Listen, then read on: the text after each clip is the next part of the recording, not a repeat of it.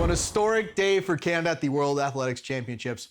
4 medals. Rob Pizzo, Donovan Bailey, thanks for doing this again. Anytime, man, anytime. Let's talk about this right now, because look at the state of Canadian track and field. When I was growing up, when I was watching track, every event, be it a World Championships and Olympics, there were one, maybe two competitors where we thought, okay, gold medal hopefuls. Everyone else, give your best. Participants. Participant trophy, exactly. And I don't mean that in a disparaging way, but I would be watching what you did and what the relay team did, and maybe not everybody else as much. That's not the case anymore.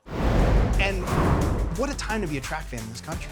Listen, it's amazing. I hope to God that the sprinters and the young sprinters coming up haven't taken the short window of success for granted. Yeah. Because believe me, the field in track and field is the one that's been saving Canada right now.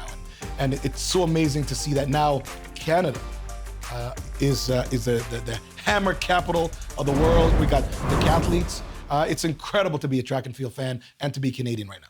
Let's talk relay. You're very familiar with this event. The Americans putting on a show. Gold for the men, gold for the women. Third gold medal for one Noah Lyles. We talked about his world-class trash talking, but is it trash talking when you put up, results the way he has at these World Championships? I don't know why people are thinking it's trash talk. Yeah. I mean, the kid has confidence and he's delivering. I mean, he's the first person. There's only been 4 men that's ever done this, by the way. And it's 4 legendary men. And so I don't see it. I don't see it as trash talk. And if the kid said, obviously some of the times that he's saying that he's going to run, that's absurd today. Yeah. I mean, maybe he's capable of doing it in the future. But Rob, he's not trash talking, man. I mean, I don't know how it is that when you're the very best, I don't know how people are expected you to talk. Backs it up, right? Yeah, well, I don't. How you're supposed to talk and how you're supposed to act when you're the best. Absolutely. Got to ask you about Andre before we go. The decision has been kind of talked about. You go in the comments section of any website that talks about it. Andre de Grasse deciding sit out the relay heat to save his legs for the 200, ends up in 6th in the 200. I find that the fans are really polarized right now. Either saying, you know what, he's going to do what he's got to do for the 200. Other fans saying he might act a little selfish. Well, you know what? Maybe a bit of both. Maybe a bit of both. I mean, at the end of the day, Andre's in charge of Andre de Grasse Incorporated. Yeah. So ultimately, I know what I would have done. I mean, I knew that after I won the 100 meters, I knew that my obligation was to make sure that the relay got to the finals, so I have an opportunity to win. Now, also as a professional athlete, we are trained to run 2 very hard rounds in one day.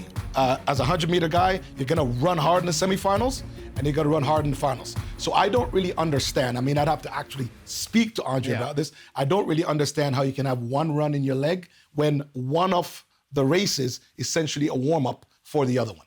Take me in that room, though, and making that decision, and your teammates are probably there because it's an individual sport, but then you're also doing this thing with the team. Do you think they had some input, or was this completely Andre's decision? Oh, it's completely Andre's. I mean, I'm very certain that the teammates and definitely Glenn Roy would not opt to and suggest to Andre that, hey man, why don't you save your legs? I'm very certain that they know, especially based on Andre's season this year. Glenn Roy knows, and maybe the relay guys know, that the only chance that they had, or at least a better chance that they had to go to the podium, was to do it in the relay. Man, we had all these medals in the field events. The sprinters falling a little behind. Either way, it's been historic World Championships for Canada. Thanks again for doing this. Love it, man. Take care.